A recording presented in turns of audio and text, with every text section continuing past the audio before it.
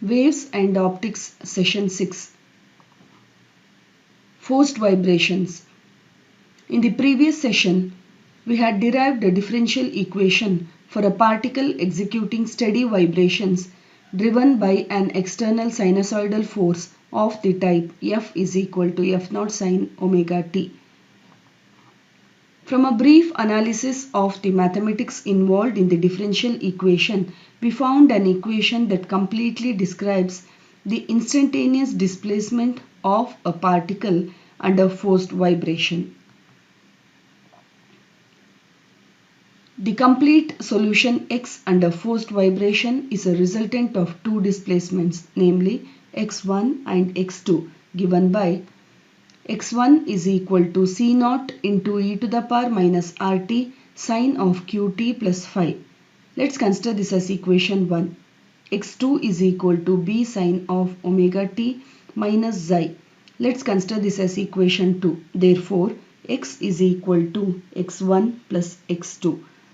Let's consider this as equation 3, where x1 is the homogeneous part of the displacement and x2 is a displacement needed to keep the vibration steady, and it depends on the situation indexed by xi.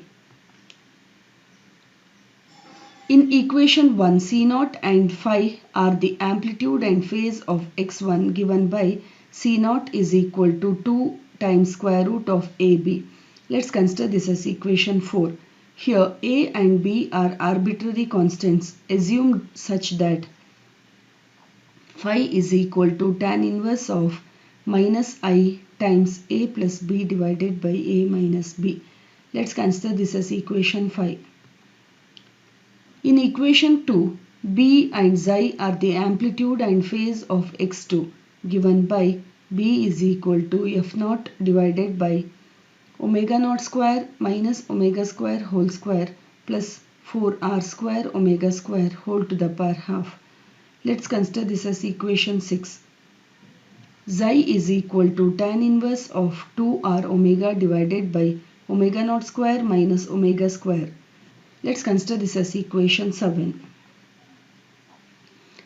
In the context of these derivations, we have the following meanings for the other parameters. T, any instant of time.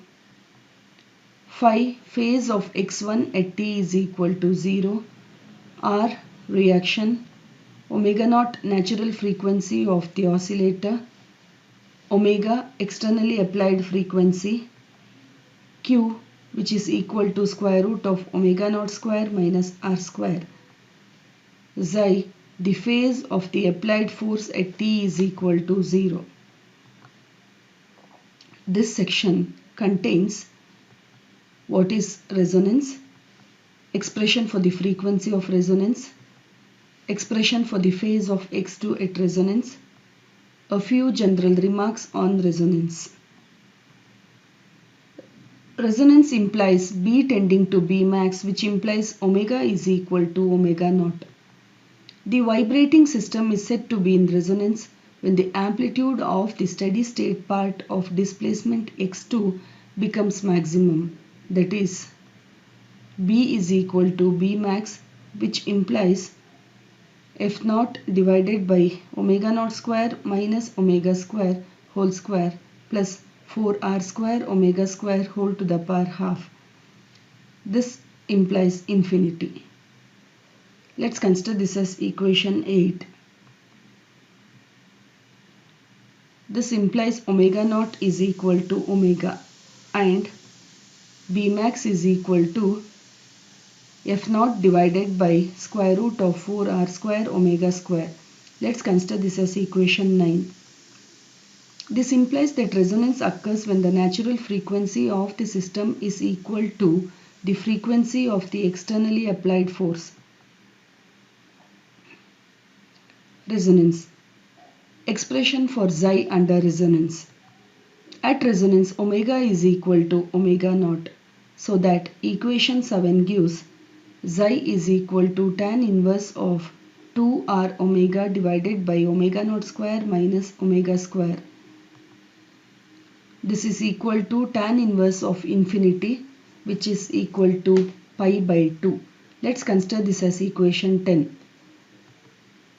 This implies that at resonance, the phase angle of the applied force is pi by 2 with respect to the phase of the vibrator in the absence of external force at any moment of time. A few important remarks on resonance. Referring to equation 9, obviously F0 and omega can never be 0. In equation 9, Bmax becomes infinite only if R is equal to 0. But R is a natural property that will never become 0 under any circumstance.